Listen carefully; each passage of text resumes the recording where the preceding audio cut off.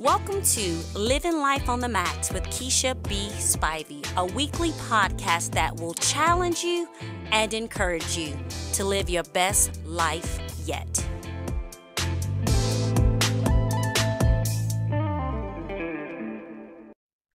Hello there and welcome to 2023. I am so excited to be on this journey with you. I'm so excited for us to be learning, discovering, and growing together. I'm so excited as we sit back and literally watch God show off in all of our lives. This year, I want to take you on a journey with me through learning of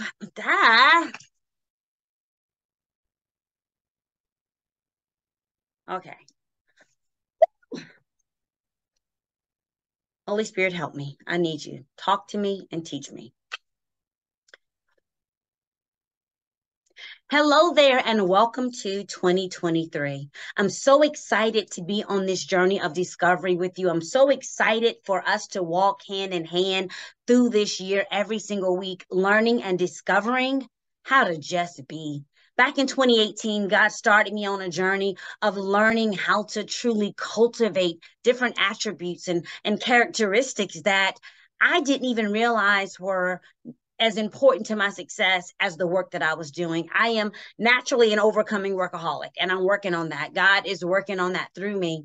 But God started me on a path back in 2018. And he began to teach me that my success and my walking in victory and my enjoying the God kind of life had far less to do with the works of my hand and far more to do with who I was becoming as an individual. My doing was important, but it wasn't nearly as important as my being. My being found faithful, my being a daughter walking in authority, my being someone who spoke truth and who wasn't moved by other people's opinions. I had to literally go into a laboratory with Jesus and allow him to strip off of me things that were hindering me, things that I had identified as important, but really had no value. And I literally had to sit in that lab on the potter's wheel and allow God to work in and through me. So this year, every week, we're going to be talking about the different attributes that God challenged me to cultivate in my everyday life. And so we're going to be talking about just being. Just being. I'm going to do some Facebook Lives on Wednesday and just have a conversation. I'm doing my Friday Fires on the radio and I'm talking about it, my podcast on Monday nights and my YouTube station. I'm going to saturate every week with what God has taught me about that thing and what he's still teaching me because I have not arrived. I'm still working. I'm still learning. I'm still growing. I am still becoming. You know, the word be is one of the smallest words in the English vocabulary, but its presence sets the stage for what's to come behind it. You know, as we think about it, when we say be, it's literally pronouncing a confirmation or an affirmation of that thing that's to come. You know, when I was in college in my last round of seminary, I had to take Greek classes and I had to take Hebrew classes. And so as I began my study and my walk on learning how to be, God took me to the Greek word. And the Greek word be means genome. It is to come into existence. It's to begin to be. When you think about the Hebrew word, it is haya, which means to exist. So when you look at its root, when you think about the word be, it's how we get our English definition of live, to have, to be alive, to breathe. We have to start our being journey with just breathing. When you take a deep breath in and you exhale, that's the Ruha, that's the breath of God. And when we think about how God spoke creation into existence, he says, let there be. And it was. He said the next thing, and it was. He gave an instruction, and he started talking about what needed to be. He talked about being fruitful and multiplying. He talked about filling the earth. He talked about subduing it. He talked about dominion. And we cannot walk in dominion. We cannot walk in power. We cannot walk in authority if we first don't understand our identity of who we're called to be. Of who we're called to be. You know, the world will put labels on you. The world will tell you all the things that you're not. It'll tell you all the things that you can't measure up in. It'll highlight your inadequacies. It'll tell you that your family is this and your family is that. But God says, who do I say you are? Your being begins with coming in alignment with who God says you are. You coming in alignment with the truth of God's word. You being the daughter, the son he's called you to be. You being someone who's committed to have their mind renewed, to learn the truth of what God says, to learn the promises of his word. You becoming someone committed to the journey of discovering. You know, Mark 1:17 says, and Jesus said unto them, come ye after me, and I will make you to become fishers of men. Jesus had to make the disciples into becoming fishers of men. That becoming process, it started with them accepting the responsibility to be followers of Jesus. When they accepted the charge to be a disciple, that becoming process started. He had to do a work on their hearts. He had to do a work on their minds. He had to do a work on their lives so that they could be who he had called them to be. I think about my husband. We've been married. Eric and I have been married, 28 years this year. And we got married in June, a long, long time ago.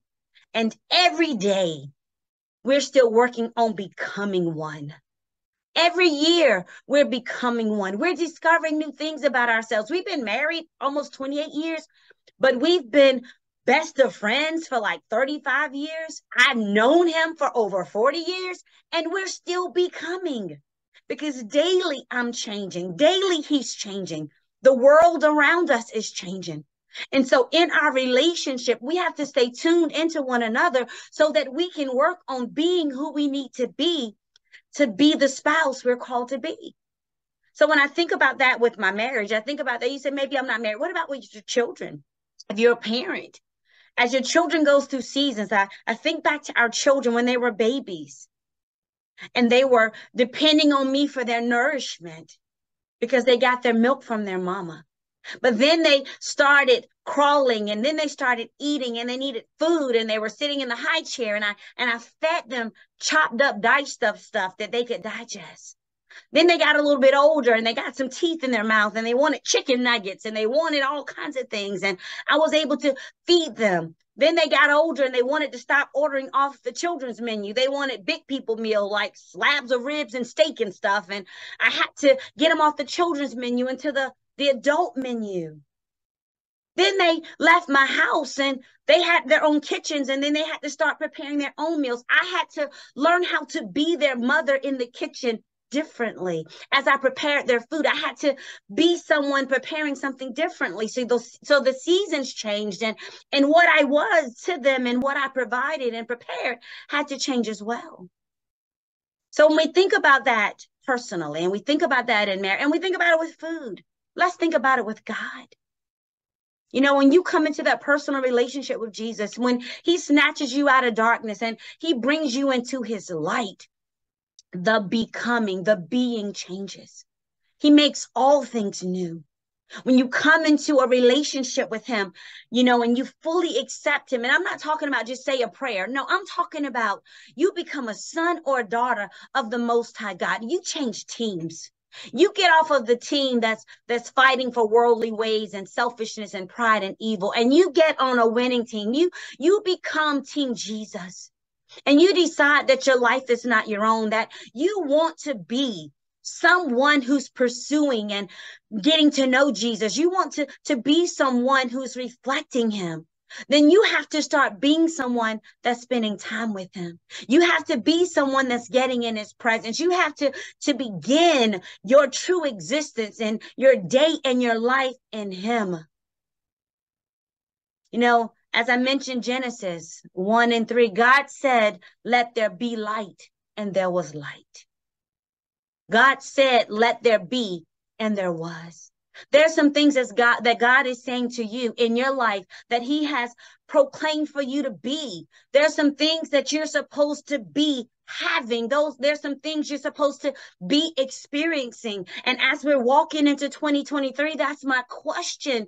Are you partaking of the be that he has for you, the be that Jesus hung on the cross to purchase for you, the power that he purchased for you to be in, the authority he purchased for you to be someone who walks in, the gifts that he gave you of healing that you're supposed to be.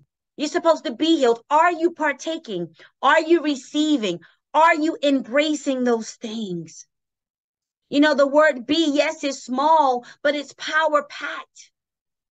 Our natural tendency as people is to get so focused on the doing, but we're not human doings. We are human beings. We are human beings. We were created to be like Jesus. We were created in the image of God to reflect his dominion in the earth. We were created with purpose. We were created with power. We were created with an assignment. You know, if you've walked with me for any time, you've heard me say over and over again that every person has their own set of fingerprints. I say that all the time because it's so tangible. Look down at your fingers. You have 10 different fingers, and every one of those fingers has a different fingerprint. Why? Because no one can touch this world like you can touch it. No one has your experiences, good, bad, and ugly. No one can touch it like you because God has created you to be someone who touches the world in a very unique way, in a very different way. You know, no one has your irises. You got 2 irises, and my husband has a twin brother, Eric and Derek. And between the 2 of them, they have 4 different irises. Why? Because they're uniquely created. They are different personalities. Yes, they look alike, but very different beings. And each of them, although they came together and they grew together in their mother's womb, when they were birthed into the earth with different purposes to be someone unique, to be an individual. So their irises are different, just like our irises are different. Why? Because no one can see the world like we see it. God has uniquely gifted you to see things differently than other people. I had to learn this the hard way. When I started my nonprofit many years ago, I would get so frustrated because I'd be explaining the vision and this is what God has shown me, and this is what it is, and this is what it's going to be. And people looked at me like I had 2 heads. I would be painting the picture and I could see it so clearly. And I'm like, why don't you get it? I even remember one time having a conversation with my husband as I was sharing with him, you know, what God was showing me. And I was so excited. I was so passionate because I could see it. Just like I'm looking at my hand before my face, I could see it. And I was looking at him, and I love my husband, but he's not a very emotional person. He is what you see is what you get. His happy face and sad face are the same. They don't change. And I love that about him because I need that in my life. But I remember painting the vision and sharing it with all of my heart and looking at him. And he's like, that sounds good. And I'm like, don't you see it? Don't you get it? This is big. And I was waiting for him to give me back some of that passion, to give me back some of that energy. But then I realized, wait a minute, he can't see it like I see it because God has only given me eyes to see it that way. That doesn't make him wrong and me right, or him right and me wrong. It just means we see it differently. And I've had to learn that in relationships and in business dealings. People see things differently. Why? Because we were created to be different. And in our being different, in our seeing different, in our hearing different, God wants us all to show up in the fullness of who we are, because every person is instrumental. We are all vital to the big picture.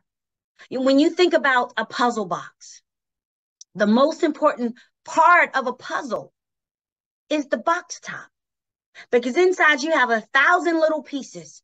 And they all are so different. They're cut different. They look different, different shapes and sizes, different little squiggly things, all unique and all necessary to make the puzzle complete. Because if one of those 1,000 pieces are missing, when you put it all together, it's not finished because that one piece is missing. As I'm talking this year and I'm teaching this year about us learning to just be, it is so important that you be authentically you, that you be who God has created and called you to be, because your puzzle piece is paramount to his picture. When you don't show up, the picture is not complete. When you show up trying to be anybody outside of who God has created and called you to be, the puzzle is incomplete. When you show up trying to act like somebody else and trying to mimic someone else, the puzzle isn't complete. You're trying to make a square box or a square piece fit into a round spot. It doesn't work. And that's why so many people are uncomfortable. That's why so many people feel out of place. That's why so many people are saying, I don't know who I am and why God created. I don't know my purpose, because you haven't taken time to just be you. You haven't taken time to be still in God's presence and listen to his still small voice. You haven't taken time to just be the creation he has called you to be. You know, the thing about us that makes us different, that thing that so often we try to minimize or to hide because it's not like everybody else. And people don't do things like that. And people don't dress that way or act that way or think that way, whatever the thing is that the enemy uses to try to trap you into this prison of not being fully present and not being fully authentically you, whatever that thing is. That's the thing that God has put on you that makes you different. Because when we are truly being who he's called us to be, that thing that makes us different makes us dangerous. It makes us dangerous to darkness. It makes us dangerous against defeat. It makes us dangerous against discouragement. It makes us dangerous against despair, because we understand that God has a purpose for our life. We understand that all things may not feel good, but they work together for our good, because God has ordained and purposed me for something greater than I know. And all I have to do is be smack dab in the middle of his perfect will. All I have to do is be someone who's found faithful. All I have to do is be someone who's consistently showing up, practicing presence, being who he's called me to be. When we realize in our uniqueness that same power that raised Jesus from the dead dwells on the inside of us, when we are literally committed to be someone who walks in that power, we become unstoppable. You know, the purposes of God, they're unstoppable. The gifts of God, they're irrevocable. When you are being faithful on the post, in the place, in the position that God has called you to be, we have to commit to being in 2023. You know, I'm not a big resolutions person, because you do what's important to you. You know, my big resolutions and my big commitments happen in my birthday. In September, I sit down, I go on this personal retreat, and I evaluate the year. Did I stay true to the things that God had called me to do? Did I drift? Where did I drift? I evaluate. You know, I evaluate my spiritual life. Have I grown? Am I being disciplined? You know, disciple means discipline. One, I know we don't like discipline, but are we being disciplined? You know, am I growing in my relationships? You know, my marriage, with my children, am I cultivating relationship with sisters, with people that are near and dear to me, that I can show up with, that I can trust to tell me what I need to hear, not necessarily what I want to hear. Am I cultivating time with mentors? And I want to let you know, not every mentor is somebody who calls you by name. My strongest mentors are in books, podcasts. They don't know me, but I know them, and they teach me. Am I being consistent in cultivating my learning? You know, am I you know, being consistent with my physical health, with what I'm eating, my exercise, am I drinking my water? In September, I evaluate all of that, and I look back at the previous year. What did I do well? What did I do okay, but could have improved? And what did I do horrible at? And I don't beat myself up. I don't get in this place of condemnation. I'm just honest. I just evaluate. And then I reset for the next year because I realize nothing changes until something changes. So I have to be the one who's found faithful on the things that I need to be faithful on. I have to realize that my being begins with me. It begins with me getting in position to hear from thee. And then I have the responsibility of responding to what I've heard and doing what he's called me to do. I just got to be me. We have to get good with just being me. We have to get good with being good with the skin that we're in. We have to be good with the problems that we've overcome and our testimonies. We have to just get good being me. Say that to yourself. I am good being me. I am good being me. Me is enough. Being me is enough. Being me is enough. Being me is enough. Say that. Being me is enough. Not because I'm all of that and not because I got it all together, but because I got the greater one living on the inside of me. And he created me. And he didn't make any junk. He created me and said, that's good. She has purpose. He created you and said, he is good. He has purpose. Be good with that. Be good with that. Be good with that. Be good with that. I want you to take some time to just reflect about what God is saying to you about the word be. What is God saying to you? What is he saying to you? Write it down. You know, I have created a devotional that you can download. The email and all the information will be on my pages, on all my social media pages. You can download it. You can order a hard copy. And the devotion is it's called His Voice. It's His voice. It is His voice. And it's a journey that God has taken me on, but His voice has taught and teaching me how to be. It's a 52 day devotional. It took me 52 weeks to walk through it, but you can walk through it in 52 days. So we're going to be walking through it in deeper levels throughout the year. But if you'd like to purchase it, you can do that. The information will be in the link. But you're welcome to. I ask that you show up with me every Monday night. Every Monday night. My podcasts and these videos are going to go live on all podcast platforms, on Facebook, on YouTube, because I do believe that this year God desires to do in us and through us beyond what we can imagine.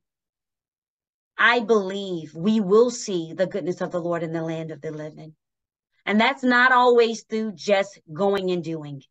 That's necessary. Faith without works is dead. But if you're working and you don't have the faith to be, what can you really, really accomplish? And who's getting the glory? So I thank you for tuning in today. Order you a copy of the devotion. Stay tuned to next week's lesson. And also, I challenge you, let's not just meet during these times and I talk. Take some time when I'm done. Take some time when you're done with your notes. Get still in the presence of the Lord and ask him, what is it he is saying to you?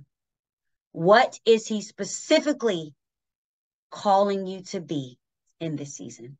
God bless you. Have an amazing day and do you on max. God bless.